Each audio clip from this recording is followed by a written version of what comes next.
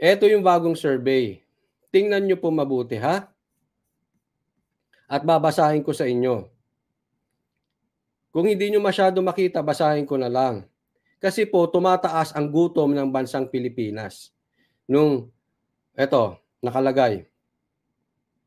The first quarter of 2024 was conducted from March 21 to 25.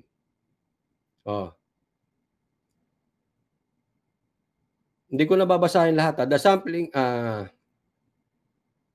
yung pinakaano lang niya.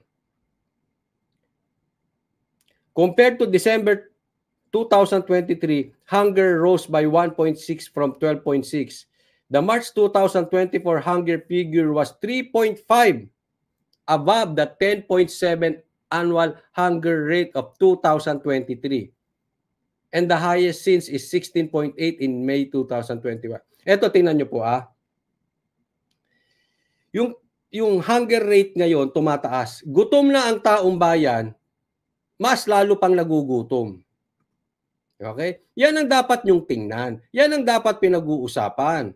Ito dapat sagutin to nila Marcos. Dapat sagutin to ng PR nila. Bakit tumataas? Yan ang punto natin. Bakit tumataas ang gutom ng taong bayan? Tumaas po siya ngayong quarter na ito.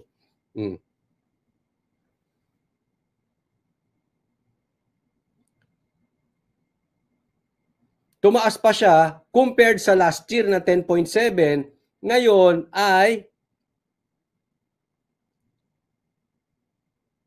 12.6 na. Kaya ito po yung pinupunto natin na 14.2 na ang gutom. Ayan po ay survey po yan Lumalaki po ang gutom ng bansang Pilipinas. Yan po ang dapat sana sinasagot ng gobyerno natin.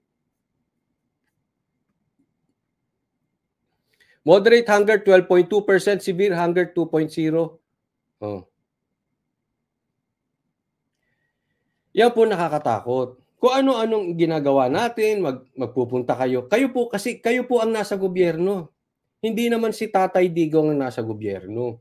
Huwag natin asikasuin kung ano-anong mga klase patungkol kay Tatay Digong.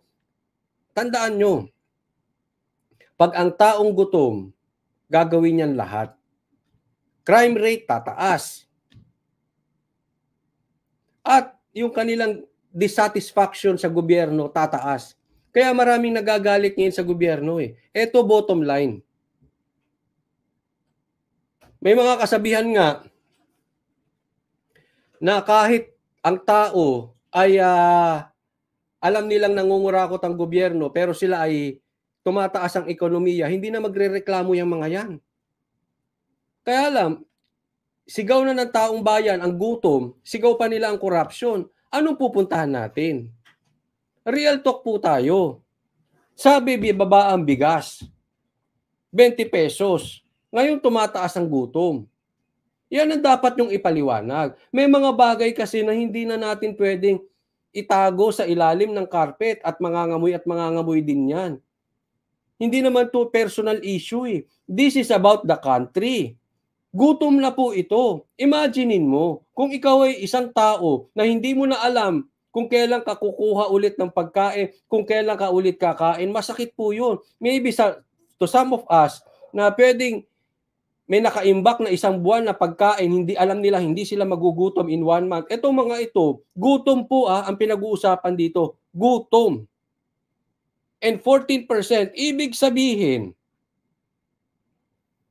sa bawat 100 Pilipino, 14, 14, ni hindi man lang nila alam kung kakain sila mamaya o hindi.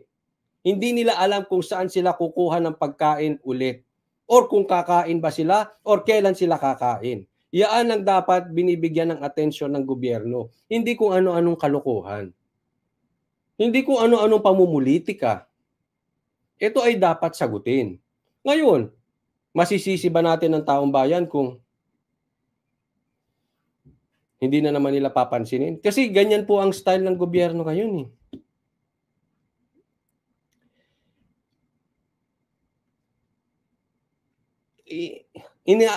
Isinesantabi. Isinesantabi lang yung mga bagay-bagay. Hindi naman binibigyan ng atensyon. Kaya ang taong bayan, isipin mo, gutom ka na, wala ka pang maririnig sa gobyerno kung paano nila susolusyonan yan. Magagalit kang talaga. Tapos yung mga tanso vloggers magagalit sa mga nagagalit bakit sila gutom. Unawain nyo na lang po. Ha? Oh. Bigyan nyo ng priority yan. Alam mo, walang magagalit sa administrasyong ito kung satisfied sila. Na-predict na yan eh. Na-predict na namin yan. Sabi namin, nung nanalo si Marcos, antayin ninyo, mag-aaklas ang ano. Sinasabi na namin sa live namin yan. For how many times sinasabi namin sa live namin yan? Magagalit ang Pilipino sa gobyernong ito. Why? Kapapanalo pa lang ha. Why? Magugutom eh. Tama oh. Nagugutom na. Kaya ngayon maraming nag-aaklas. Maraming nagagalit. Naintindihan nyo na? Sabi ni Jodita de Cuenya, makikita naman halos mga tao gutom beside yung mga mayaman. Kailan ba nagkaroon ng pangunawa ang gobyernong ito sa mga ordinaryong tao? Oh. Wala eh. Alam mo, yan lang, ako para sa akin, yan lang ang solusyonan nila. Tatakpan na ng karamihan ng mga Pilipino yung pagkukulang ng gobyernong ito eh. Ang dami na ng pagkukulang, gutom pa. Tapos magagalit kayo pag nagre-reklamo ang taong bayan. Assume responsibility. Kasalanan nyo rin eh.